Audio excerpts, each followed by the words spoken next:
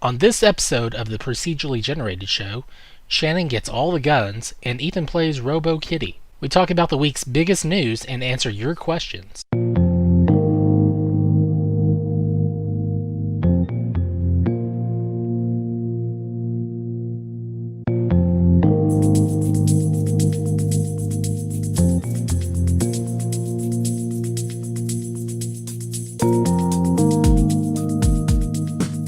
Howdy, everyone. Welcome to the Procedurally Generated Show. I'm your host, Ethan, because Tony is out this week. And wish him really well on whatever it is he is doing. I didn't ask for details, but hopefully he's back next week. Joining me this week, though, is Shannon. What's up? I'm so glad you're here, so I'm not soloing a show. Hey, sometimes a solo show makes for a great show. You and Tony both have technically done a solo show now. Yes. I mean, Tony willingly did his show. Yours, well, that was a different story. That was a different story. Oh, man. Yeah, but no, Tony, hope everything's going all right. Family first. We all know how it goes. So, let's see. So, what's going on this week, man? Like we've It has been a had some week. weird stuff happen. Oh man, I can't think of anything that's happened. That's okay. That's okay. I went out and I picked up 2 arcade machines this week. Oh yeah, you did that. That's pretty awesome. Mm-hmm. So yeah, I got 2 of the arcade 1-up machines. They are finally hitting a price point that I feel is somewhat reasonable, which is under excellent. $100. So How are the screens on those things? they're pretty good. They are 720p screens, and you're playing these pixelated games. So they're They sharper don't. than they should be. They're sharper than they should be. Yeah, they don't add scan lines or anything in the emulation, which is kind of a bummer. I'm very pro scan lines when it comes to playing old games, but Hmm. um, I know I am the minority when it comes to that particular side of my preferences. But I picked up Centipede and the Asteroids machine. Nice. I was mostly interested in the Asteroids machine when all of this stuff was first announced, because in the Asteroids machine you have Asteroids, Major Havoc, Lunar Lander, and Tempest. And Tempest Ooh. is by far one of my favorite arcade machines, hands down. It is. I really enjoy TXK on Vita, which is made by the same dude who made Tempest, and then on Xbox One, Tempest 4000 is my go-to kill a few minutes game. I just Mm-hmm. really enjoy that crazy bananas stuff.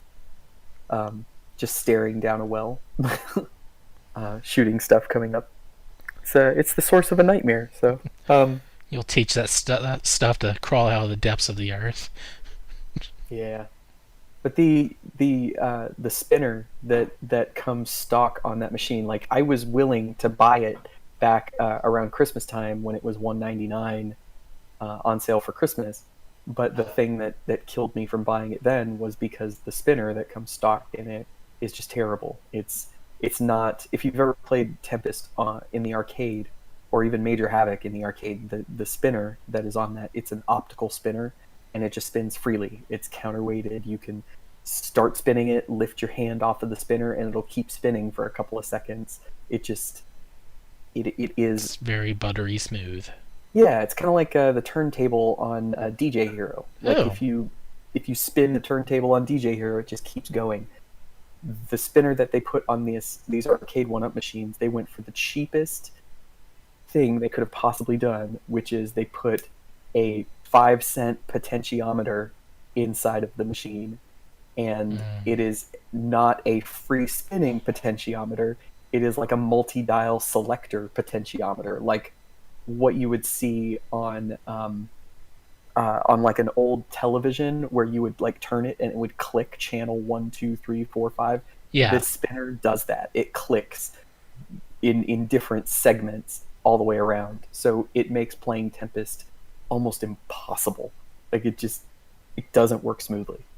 Um, However, for $75, I was willing to pick it up because people on the internet all suffered from the same thing when they pre-ordered those things. And somebody, there's two different companies that made really nice aftermarket spinners that are arcade quality for these. And for, $50 to $100, depending on which one of the two I go for, I can end up fixing this machine and still getting it, getting what I want out of it for less than $200. So I'm very much looking forward to that.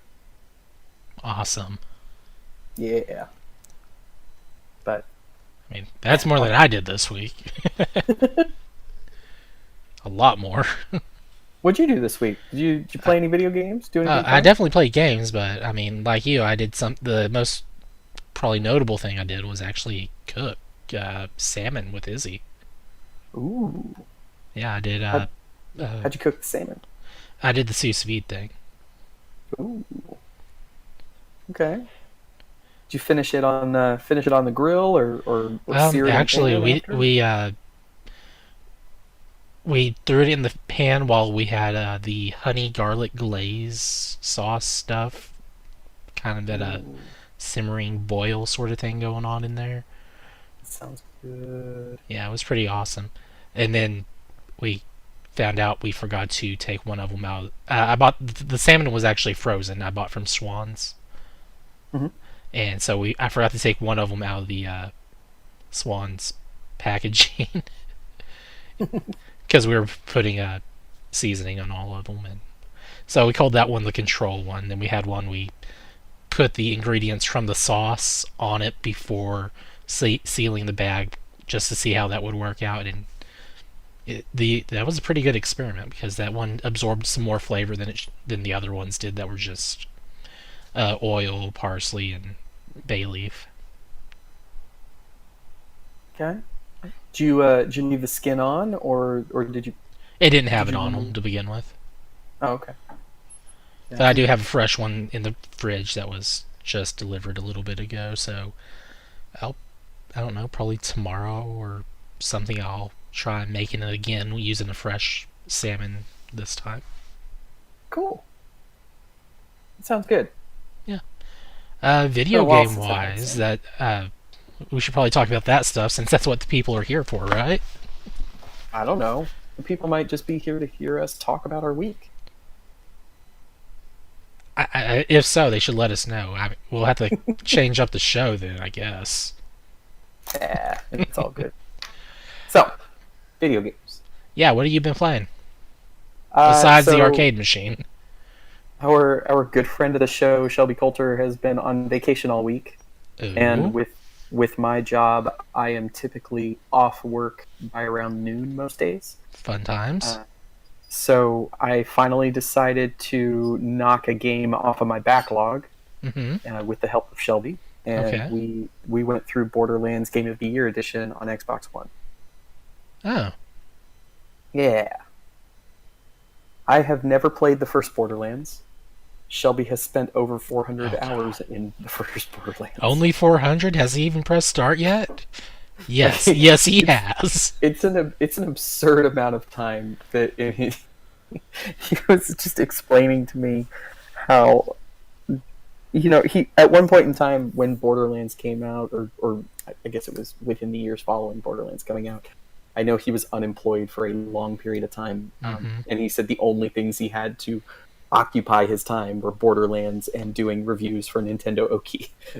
So like it just it was interesting to it started out with him kind of pulling me through the very beginning of the game, just kind of being my bodyguard.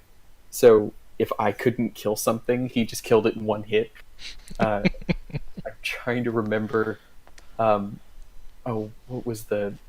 It was one of the first bosses with you end up getting his shotgun, and I can't remember his name. Um, Is but I it spent is it that guy that's near Baja or something? yeah, Oh, geez, I but can't think of his name, but I know who you're talking about. he was like the very first boss fight that you have, Mm-hmm. and I died probably 6 times. and he's being nice, and he's coming over and reviving me before I have it, because you always have that opportunity to get your second wind, but in a boss fight you don't always have little guys that you can shoot, around the boss. And a lot of the time, if you're sitting there bleeding out trying to get a second wind, the boss will come up and just kind of shoot you out of your opportunity to get a second wind. So I had a couple of times where I did respawn, but it eventually hit a point where I could tell that Shelby was getting bored, and he's like, "Do you want me to kill him?" And just instantly one shot. I'm level 6. Shelby's like max level, and just in one shot kills this boss. I'm just like, oh, okay, that's how weak I am. When that was the first day.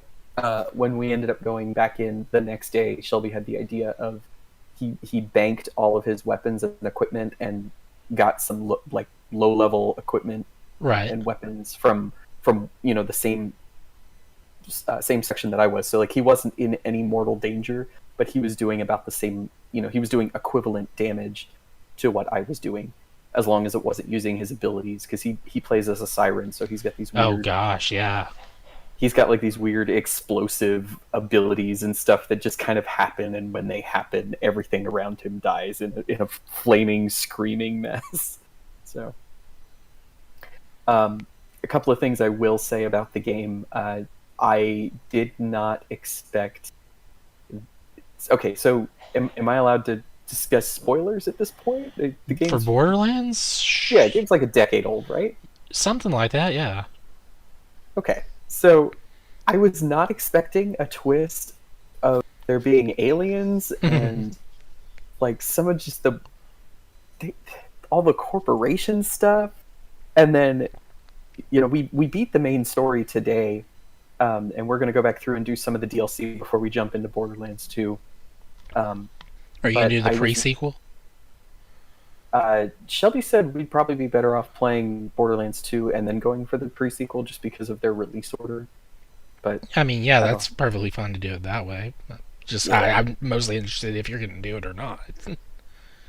I'm interested in it, and I know when Borderlands 3 comes out, he's going to want somebody to play with. So I just don't want to jump into Borderlands 3 having no prior knowledge. Speaking of Borderlands 3, Borderlands 2 is getting an update that's going to add some content that's going to lead into Borderlands 3.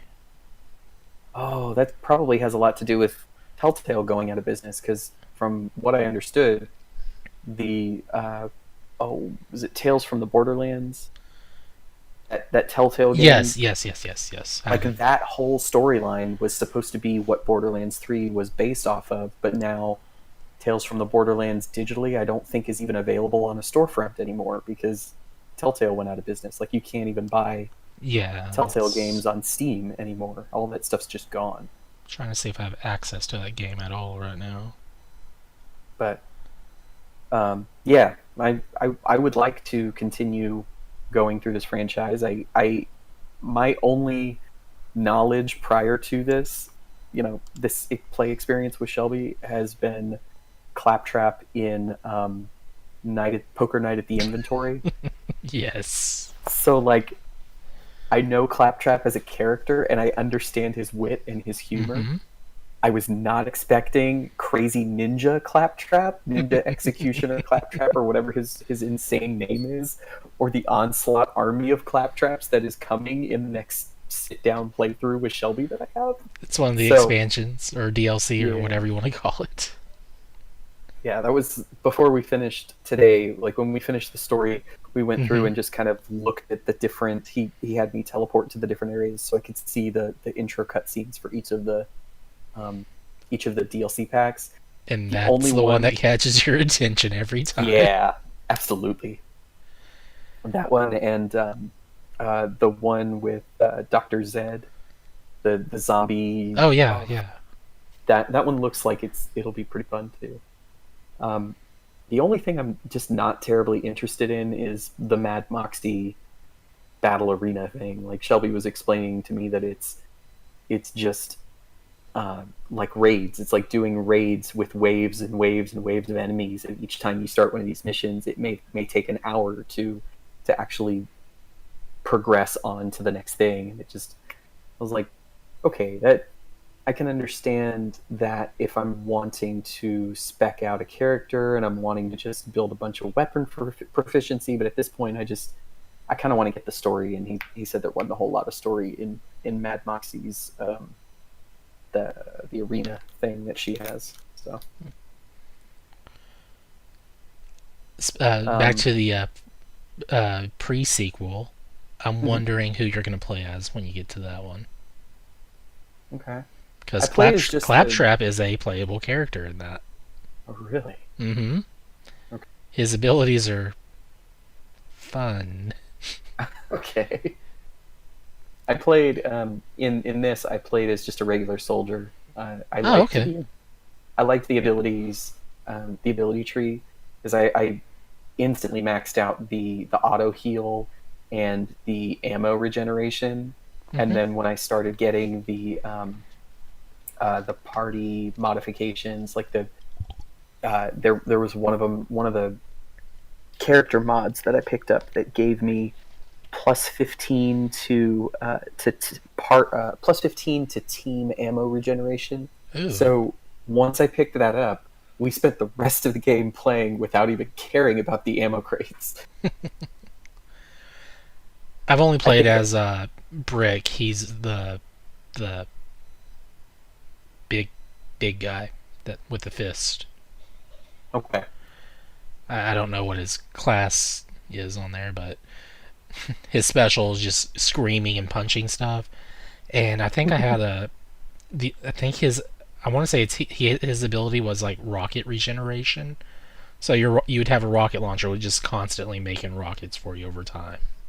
That was literally the next thing I was going to say because the ammo regeneration worked for rocket launchers. So the back half of the game where we're fighting these crazy aliens that are flying all over the screen, I'm just pelting them with corrosive rocket launchers. It was Nice. amazing. And to play the game without having a care in the world for ammo regeneration with how rare it is to come across rockets for a rocket launcher, it was Yes. just it was like, okay, this is amazing. I don't know how I could play this game any other way. It was so much fun. So yeah, just continuing to cross things off my backlog. I also finished the original Border or not Border, the original Tomb Raider. I say the original Tomb Raider. It's the Square Enix Tomb Raider. Oh, ugh. Oh, that bad, huh? I just hate that they decided, you know what, we're gonna rework everything on here now. It's just, come on, guys. It's an established thing, and Yeah. sure, people are liking it, but I mean, at what cost have you done this? So I really enjoyed that Tomb Raider game because I played the definitive edition because it was just on Xbox Game Pass. Hmm. But I really enjoyed it, except for every time Laura dies, it's like watching a snuff film. It was Yep. just some of the most gruesome death scenes. Even I just didn't understand it. I don't under, I, but yeah, with that sole exception, I thought it was a great game. So, but that is it for me, Ethan. So the game I'm about to talk about came out. I want to say actually Thursday or Friday. I'm thinking Friday. So that it's super recent. Hot takes, hot, fresh, new video games coming at you. The the game itself, I guess you would consider it a Meowtroidvania. Oh my gosh! Ah, ah. Boo! Boo! So Gato Roboto. I assume I'm saying it correctly. It's a very Metroid kind of game. It just screams Metroid just looking at it. But you play as a little cat named Kiki, and you're a human. They're not. You don't call them owners for cats. You call them what, slaves? Your human person, your travel your buddy. meat, your meat bag food dispenser. your partner in crime. We'll go with that. Okay. Gary, he is trapped in a ship that he just crash landed on, and I guess it's an alien planet or facility or something. Well, not alien, but it's a facility, and you're going around because you're the cat that got out while he's stuck inside, and you get to run around being an adorable little cat that can climb up walls. But you're a one-hit wonder, so you need to do something, and you can't fight back really. So they give you a mech suit to put on, That sounds pretty good. get upgrades. It's so Metroid, but it's not Metroid, and it looks like a game that would work perfectly well on Game Boy. Even whenever you get the proper shader stuff, you can make it look like a Game Boy game, or you can make it look like a Virtual Boy game with the red and black. Oh, that's cool. It is a super short game. It took me about 3.5 hours to beat it. I could probably do it in about under two. I imagine a speed run of this game is going to be ridiculously short. You sold me, and I hate so. I was already interested watching the trailer because the trailer just looks cuckoo bananas and the music sounds great. The You telling me it's a 3-hour play, that I'm in. Yeah, If I can sit down and beat this on a Saturday afternoon, I'm in. it's on Switch too, so you have a portable version you can play right there. Sweet. And this is like a $7 or $8 game, even before the discounts. Right now, Yeah, it's like 15% off. Yeah, it's $7.99, and then it is $6.79 until June 6th. So So, Thursday of this week, it goes yes, back up to $7.99. yep, just before E3, but that's a different conversation. I This game, it's just the cat, its interactions. Every time there's a conversation where Gary calls you, just the meow, and he's got the happiest look on his face, or it's just kind of staring, and then and then you get upgrades, and like if you're shooting your gun, the cat's portrait in the top right corner of the screen, he goes from like normal face to angry Kirby face just when you're shooting. You get I gotta throw this one little spoiler out there. You get a special jump ability, very Metroid like, but not quite Metroid. And whenever you do that, he gets so excited for that jump. Just the excitement on his face is just beaming out. Ah, Sounds good. it's just so adorable. I love it. I kind of wish there was a new game plus, but just, I mean, like if you beat the game, go back and select your save file for a special little thing. Uh, so yeah, less than 3 hour, or I mean, like it's like a 3 hour game. It's fairly inexpensive, and if you really love Metroid, this is a fun little game to have, especially on Switch or Steam. I don't know if it's on anything else at the moment. Yep, just Switch and PC, so Steam. Cool. But that is all from me, so we'll take a quick break and come back and talk about the news.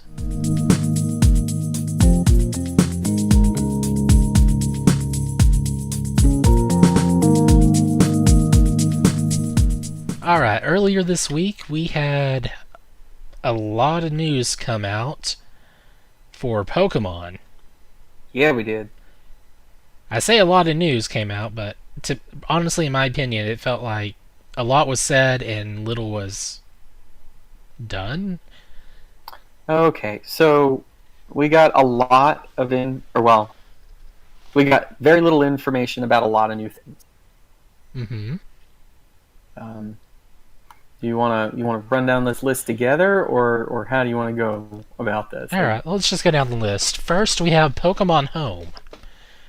This is the app that's going to be for your Switch and smartphone. It's going to be the next iteration of the Pokemon Bank, which is what you use to store your Yay. Pokemon from the 3DS, most current 3DS titles, as well as the was it Red, Blue, and Yellow that we had remakes of on the system? So, Pokemon Bank is compatible with Red, Blue, Yellow. It's also compatible with Gold, Silver, and Platinum. It is, or no, where? Gold, Silver, and Diamond? Diamond. Yeah, Gold, Silver, and Diamond. Diamond. Wait, those had It digital re-releases? Yes, those had digital re-releases. When? It, No one told me. I'm sorry. Oh my gosh.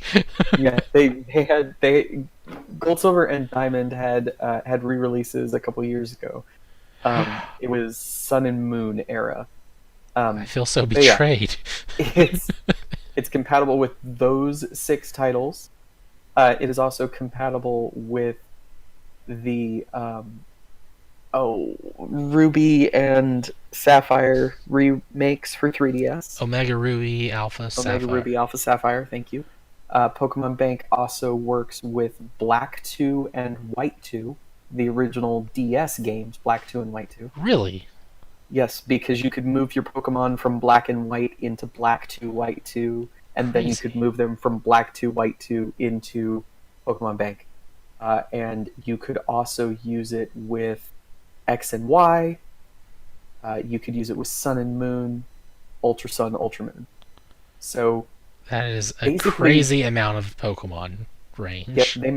they made it so you could move your entire Pokemon catalog into this digital locker that they charged you $5 annually for, and I am still a paying customer, $5 a year to just keep all of my Pokemon in one place. And I am so happy that they are announcing Pokemon Home, because Pokemon Home is also going to work with a couple of other new things that they are announcing.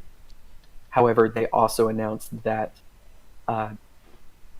Let's Go Eevee and Let's Go Pikachu you will be able to move your Pokemon to Pokemon Home. It did not give any, like, if you look at the image that they showed in this press conference, they showed Pokemon Home in the center. Then they showed Pokemon Bank with an arrow moving towards Pokemon Home, like you would be able to migrate your bank into Pokemon Home.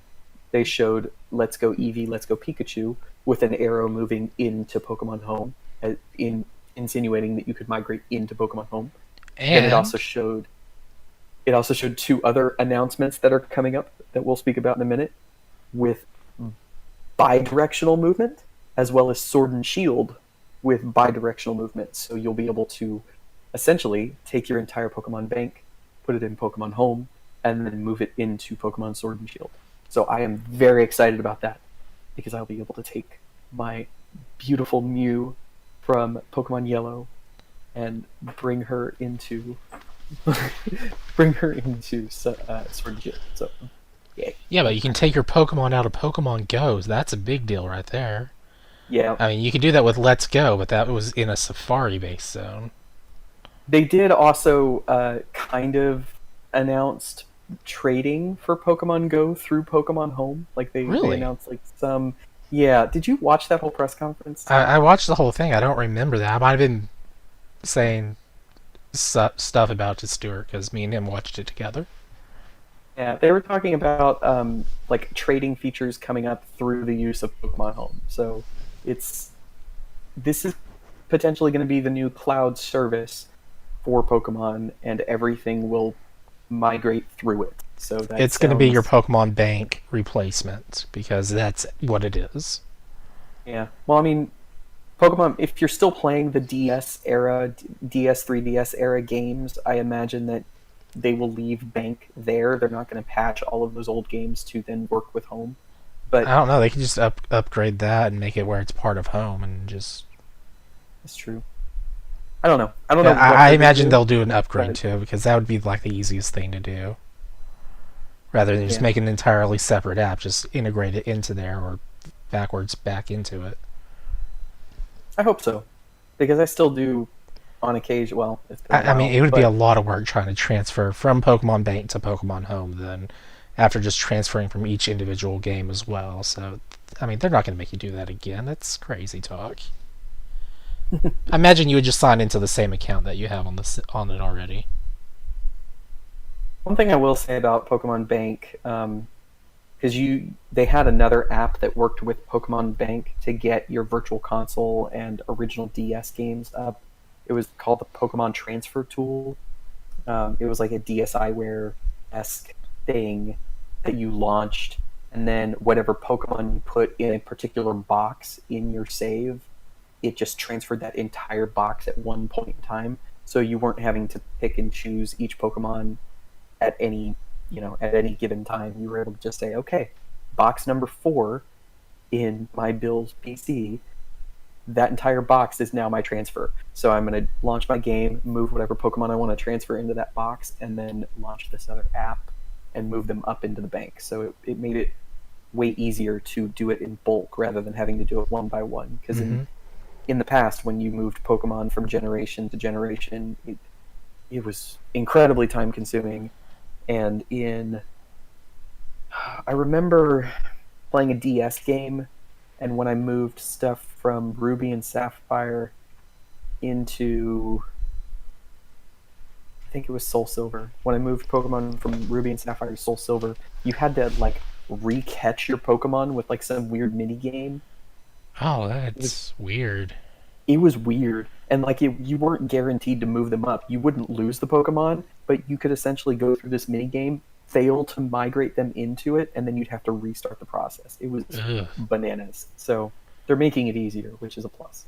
Yeah, I mean, there's no reason to make it into a minigame. Just let us get our stuff that we've already worked on getting. Absolutely. I'm wondering if Pikachu and Eevee will be transferable, because that's kind of like a main point of the Let's Go Pikachu and Eevee games, right? You can totally put your Pikachu or Eevee into the Pokeball Plus and take them with you. Oh, So wow.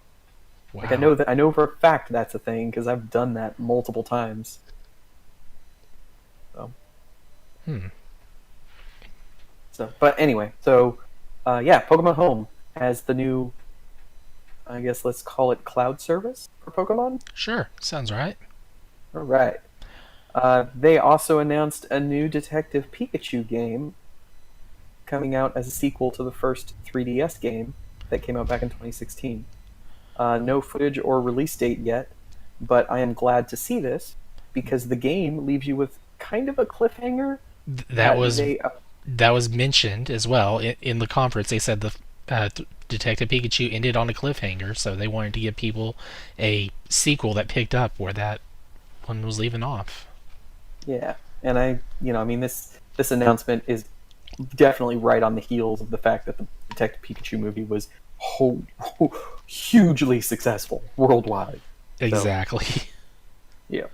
I still haven't seen it, but when I do, it's going to be amazing. Yep. They also announced another new mobile app that's going to, quote, turn your sleep into Pokemon gameplay.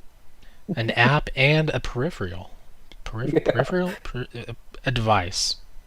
You remember when Iwata made some comment about a sleep tracker? Oh my gosh, yes. Like the vitality sensor that would track your sleep and your progress and all this stuff that Nintendo was working on. It connected to. There was one that connected to the Wii, and it would like be on the end of your finger and measure your vitals and stuff. Well, they kind of scrapped that idea. We haven't heard a word about the vitality sensor, but Nintendo sure came out and said, "Hey, we're giving you a sleep sensor." So this is the new version of Pokemon Go Plus. It is the Pokemon Go Plus Plus. So Pokemon Go plus the word, and then plus the symbol. Oh gosh. It's now Pokemon Go Plus squared. That's what it is. It is very, very silly. and it does not look like it's anywhere near as portable as the original Pokemon Go Plus was. It's like carrying around a CD that's got some weight to it now. It looks the size of a compact disc. Is it it looked very large.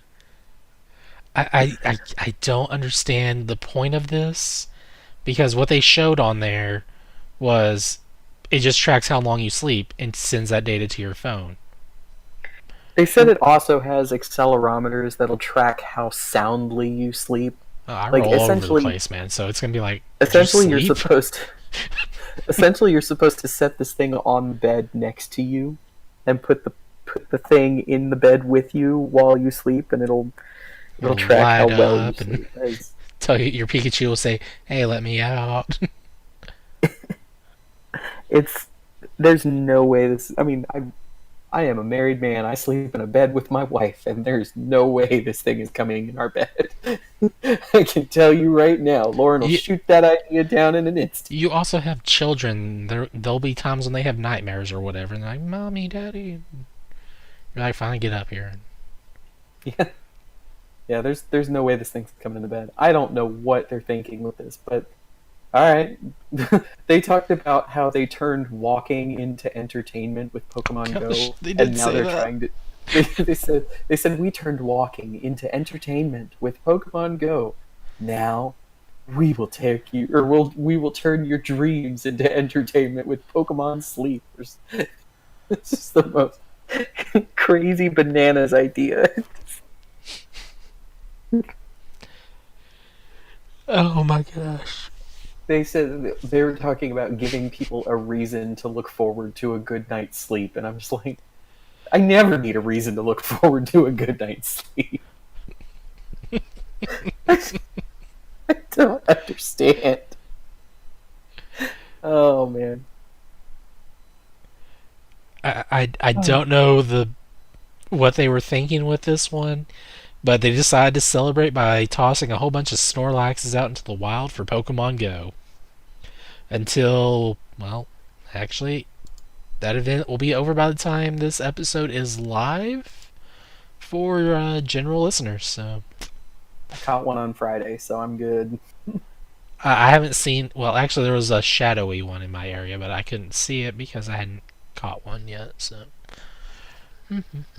but I don't play Pokemon Go that often. It's just something I turn on at work every once in a while because that's the only place I see Pokemon around here. Mm-hmm. Except for that time there was the Charizard at the fire station. Well, I'll let you guys consider how that works. I will say this: when we were on vacation a couple weeks ago, I played Pokemon Go every single day at Silver Dollar City because you cannot walk 5 feet in that theme park without there being a Pokestop. Like, There's a Pokestop right across the street from me where I work, but I can't. I'm not in range of it. bummer. It says it's at this place, but the where it's at on the map is like just down the block of it actually. So it's not done correctly and makes me mad every time. Inform Niantic that they have the geolocation incorrect. I could do that. You totally could. Okay, so in I should just tell addition them to to put it where I work. Pokemon Go Plus Plus and Pokemon Sleep, what else? Did you Sorry. announce? There is a new smartphone game being worked on by Nintendo mobile partner DNA. Every time I see that, I just see the word Dina. Dina, Dina. And it is called Pokemon Masters. So they didn't explain anything of what this game is, other than the fact that it is going to include all of the Pokemon characters from previous Pokemon games and the series. You get to fight against Brock.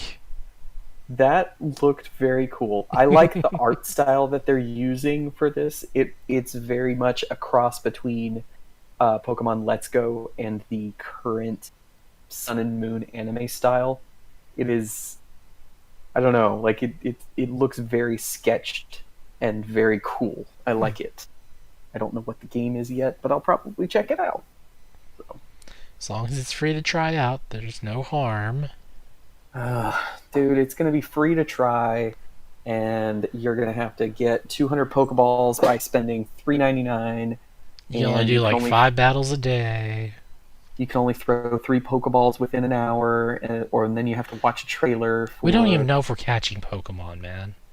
Might be Yeah. having to use our Pokemon from Pokemon Home.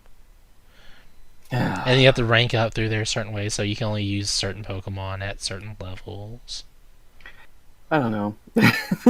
It- one thing, one thing I will say, outside of all of these, because every single one of these announcements, they brought different CEOs on. They also announced that was it Sword and Shield was going to be releasing in China on the same day that it comes out in the U.S. and Yes, Japan. they are very excited about the Chinese market.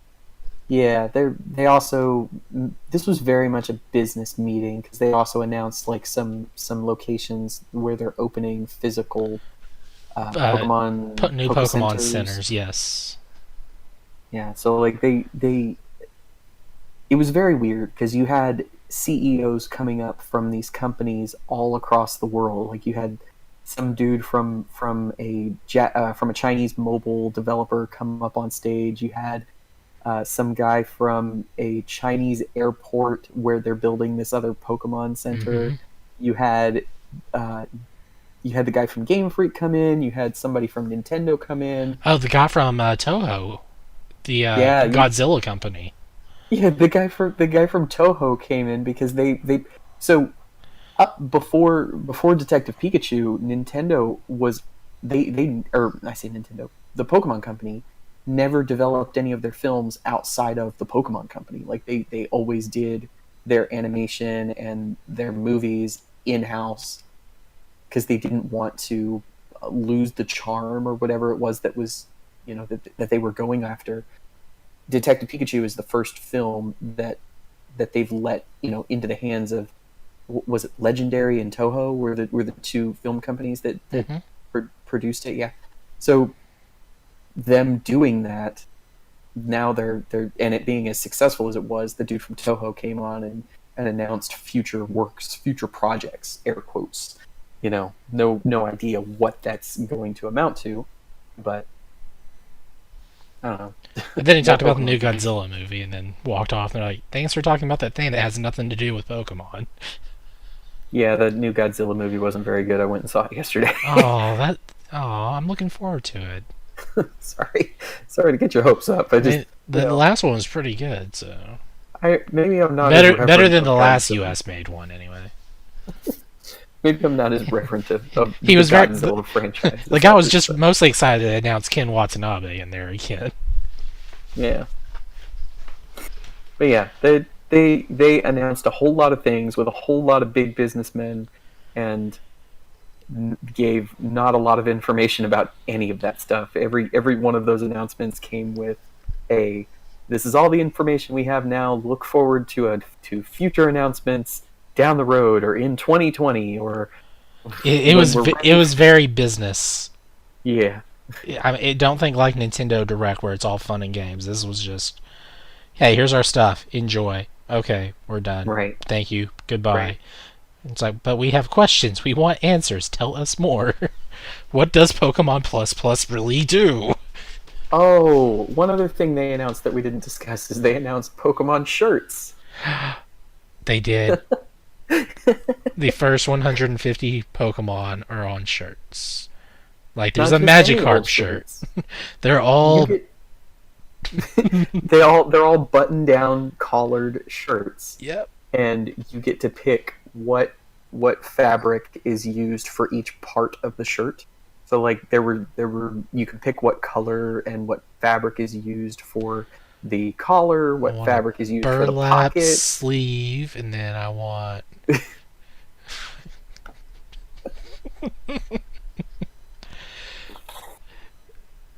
But yeah, they have Pokemon on shirts. That nice looking button down shirts with the sleeves or with the collars and stuff. Sorry, Gosh, didn't mean to interrupt and steal your thunder there. no, you're fine. I'm like, man, this could go some really dark places. You just get put turd twig on the tail of your shirt and nowhere else. Or Did you see the Magikarp shirt? yeah.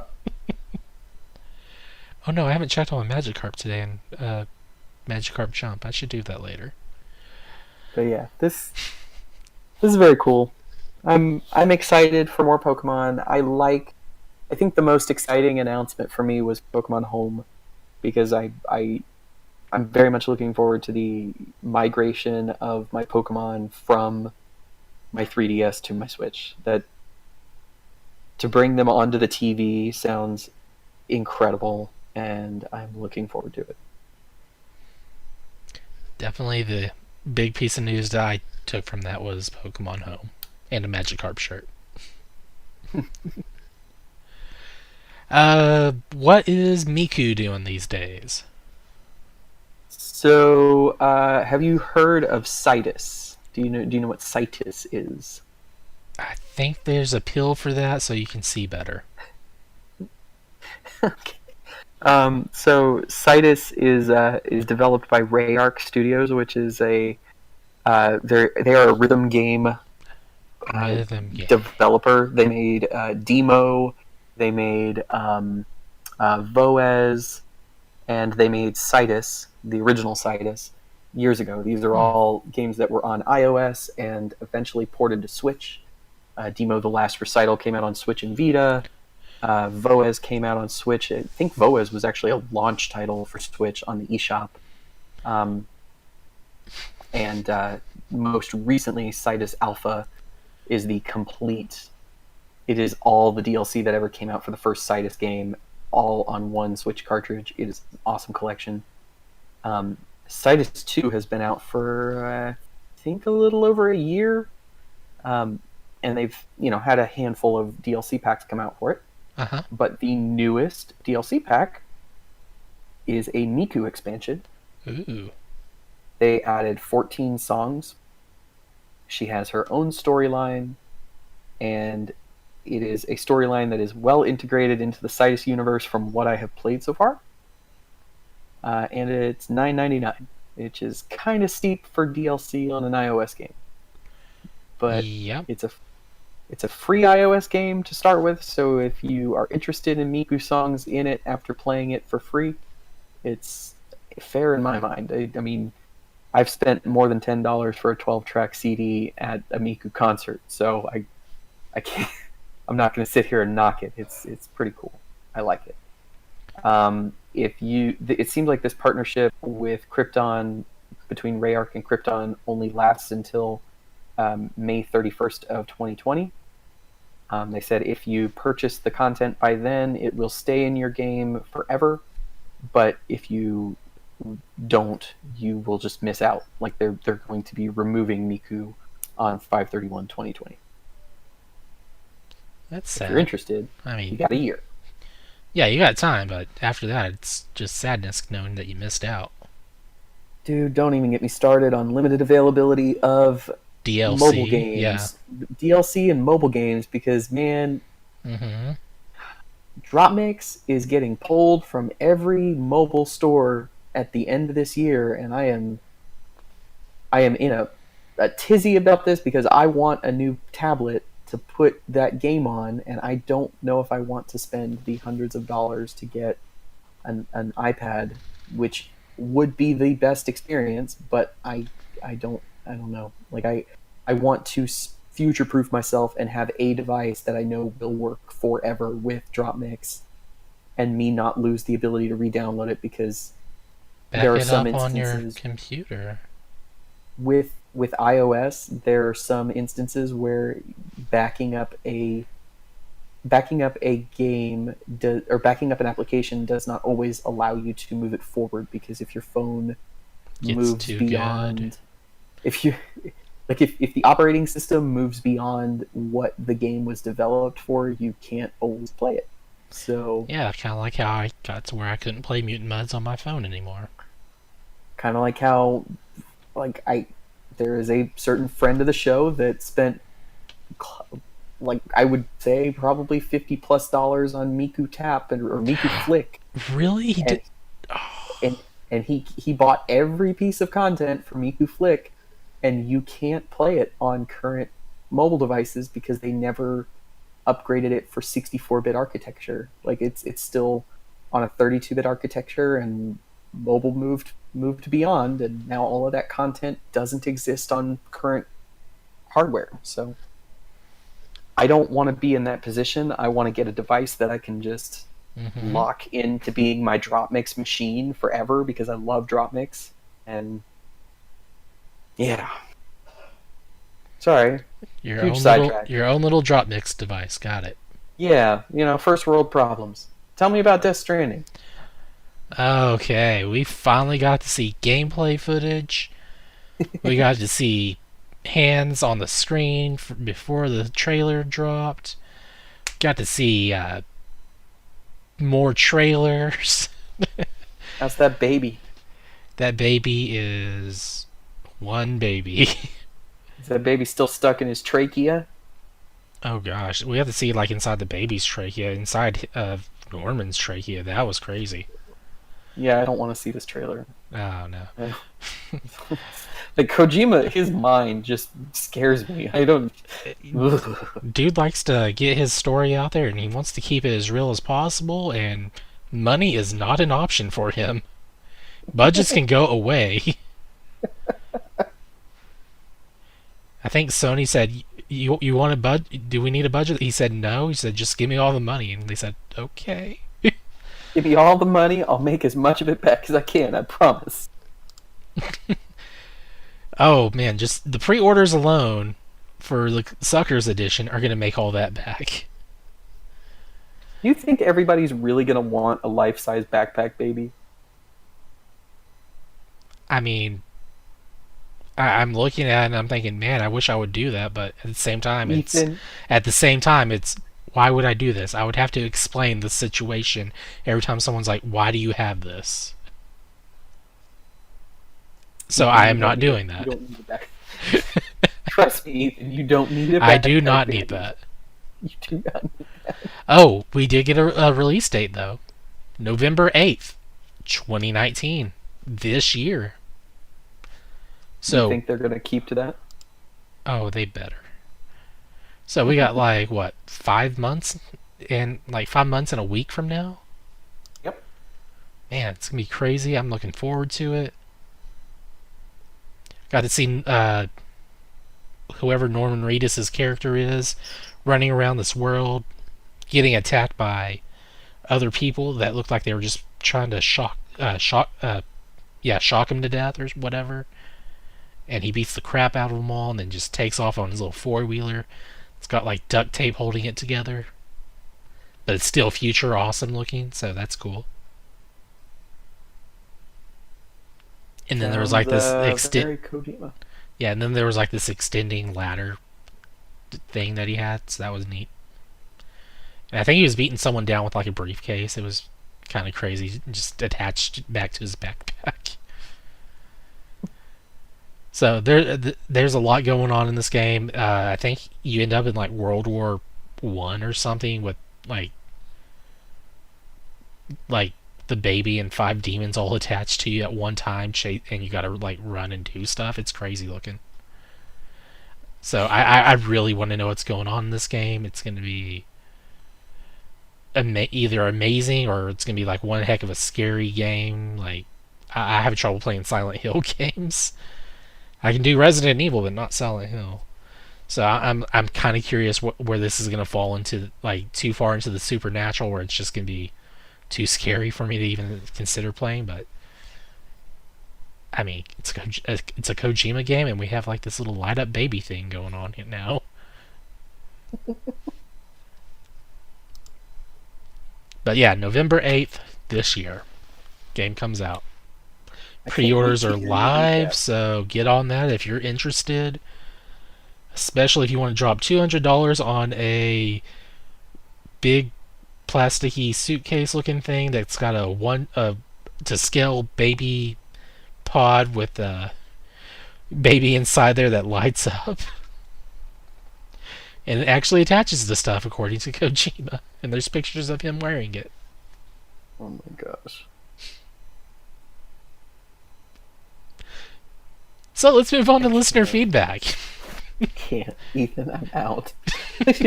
I'm tapping out. I can't. This man is insane. He's either like a super genius or he's just absolutely out of his mind. We'll have to see when the game comes out, then, won't we? All right. All right, our first piece of listener feedback is from Sam via Facebook. What would be the best realistic announcement for you, and what would be the worst realistic announcement for you? Okay. The best realistic announcement for me. Mm-hmm. We are getting Animal Crossing this year. It's coming out before Thanksgiving, Mm-hmm. and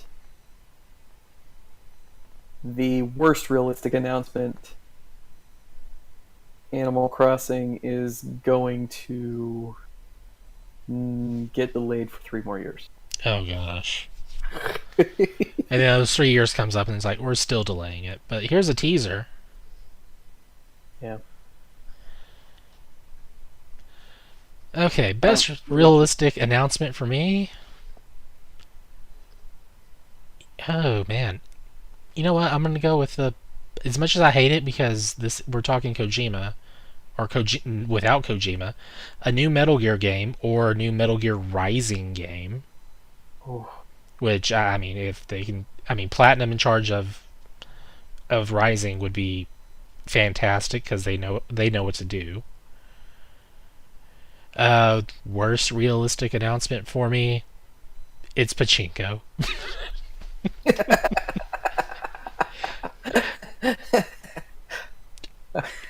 or Bullet Witch is announced for a sequel. Bullet Witch 2.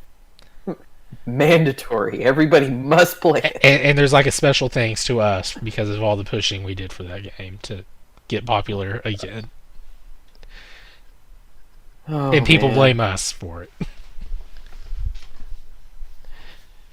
Okay. Cole via Facebook. With Sony not at E3, who do you think is going to steal the show?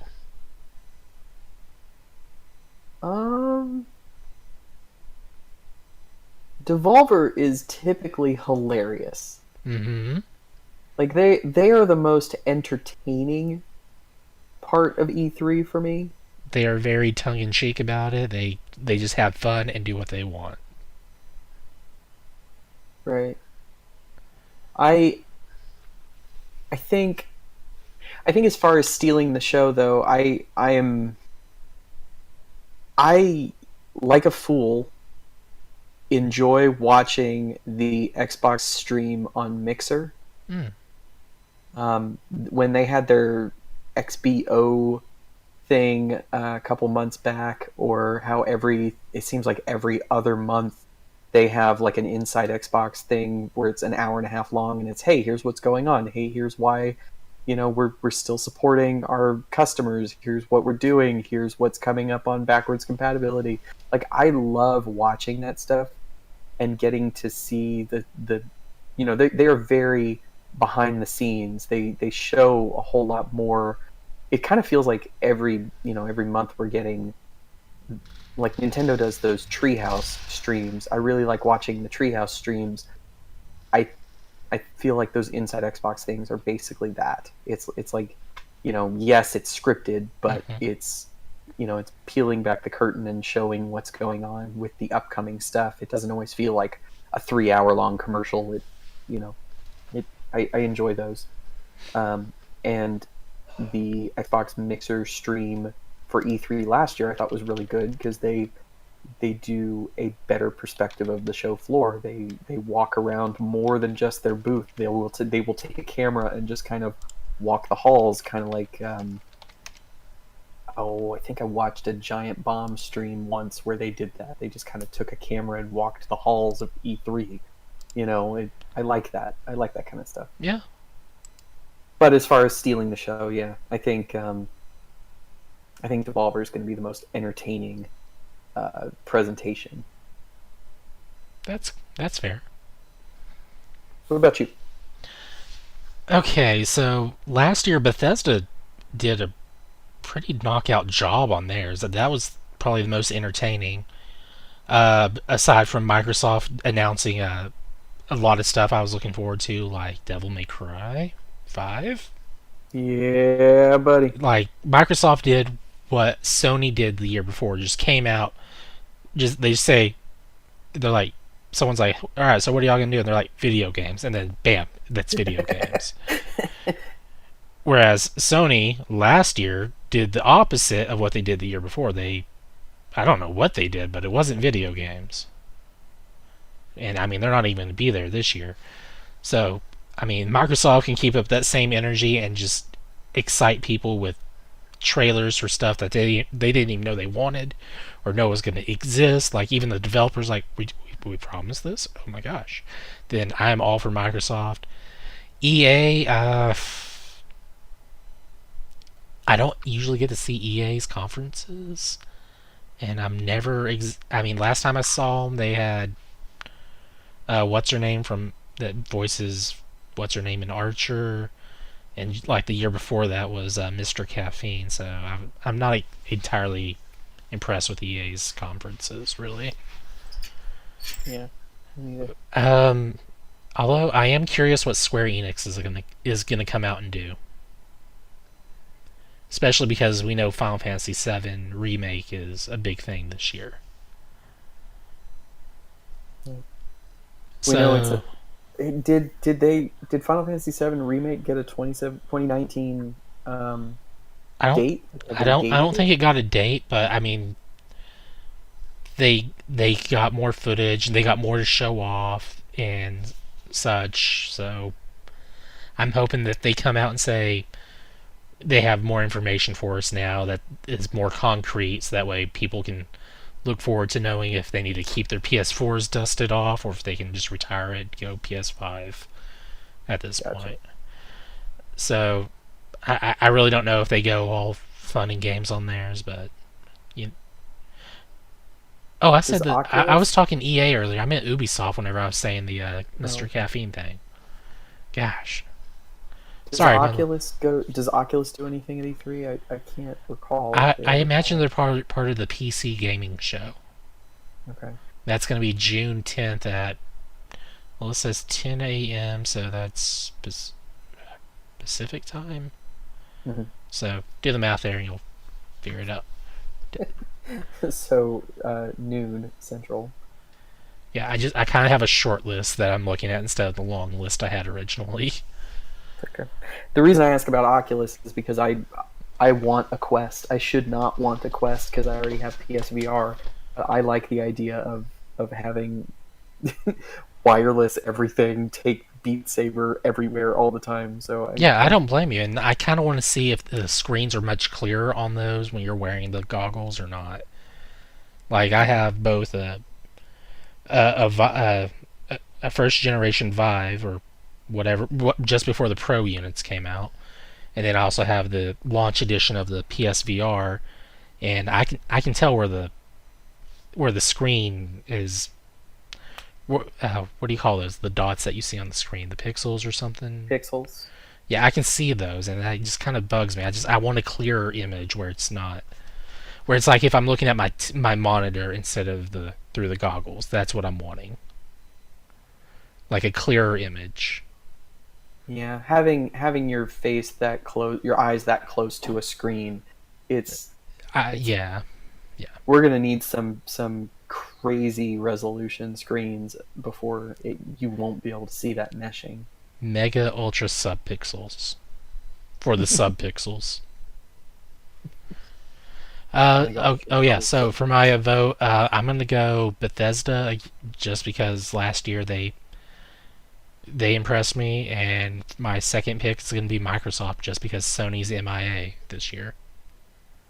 Yeah, yeah. I'm Devolver and Microsoft, so I'm very curious to see what Microsoft is going to do for their streaming. Like now that we know Google is doing their thing, I'm very curious if E3 is going to dedicate a section of their show to this streaming that they've been talking about for years. I mean, I can't show you. I can't even remember how many times I've seen clips of, Larry Herb or some other person, even Terry Crews, at one point when they were advertising Crackdown 3.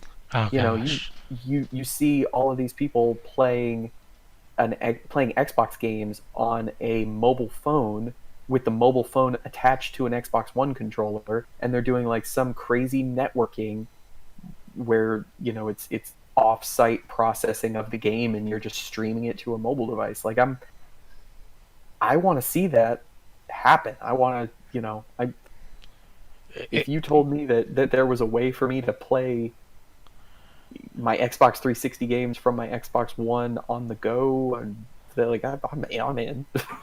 That sounds like a Yeah, good I'm time. trying to figure out how Cole was doing that while he was traveling the other day, playing PS4 games on his laptop through his phone. I guess was what he's using to tether.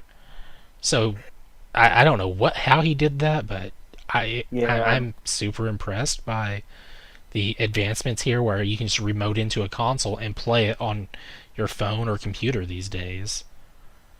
yeah. Which I mean, PlayStation granted, you have to do it on like Wi-Fi for PS4, but he was in his car, so I don't know what he did.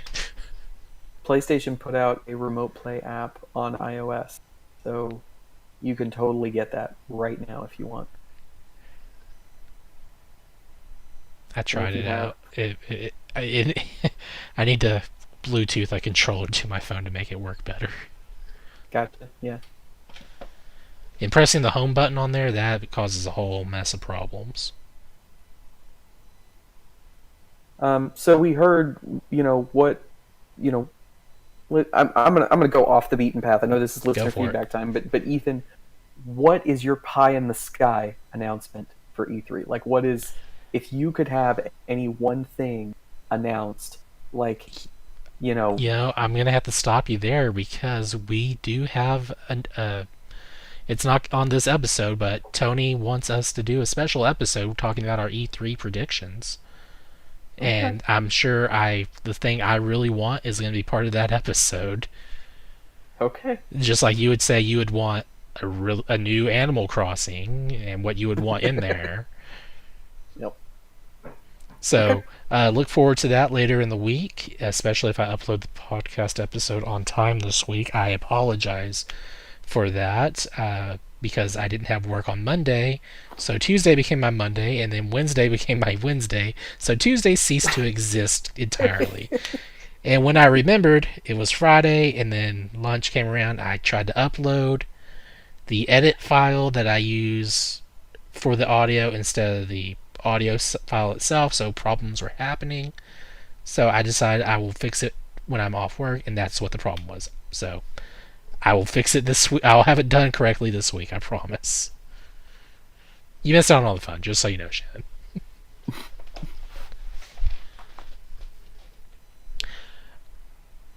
So, uh, yeah, I guess that's the end of the show. Tony, I hope everything's going good with your family, and we will see you on the special episode later this week. And thank you, Shannon, for being on the show. it was a pleasure. If you want to reach out to us, we have tons of new ways to do so. You can email us at podcast@procgent.com. That's PROCGENT.com. You can send us a voicemail if you want by clicking on the voicemail link on the right side of the website. You can send us voicemails up to 90 seconds in length, and we'll play those on future episodes of the show and respond to the questions that you have. If you like what we do here, you can now support us on Patreon, patreon.com/pgint. Patreon supporters will get a video version of the podcast a day early. These will normally go out on Tuesdays. Patreon supporters will get them on Monday. Follow us on Twitter at twitter.com/progenint. Check out our YouTube channel that we've got and see the content we've got going on up there. And then we still do have the Facebook group where you can interact with us on a daily basis as well.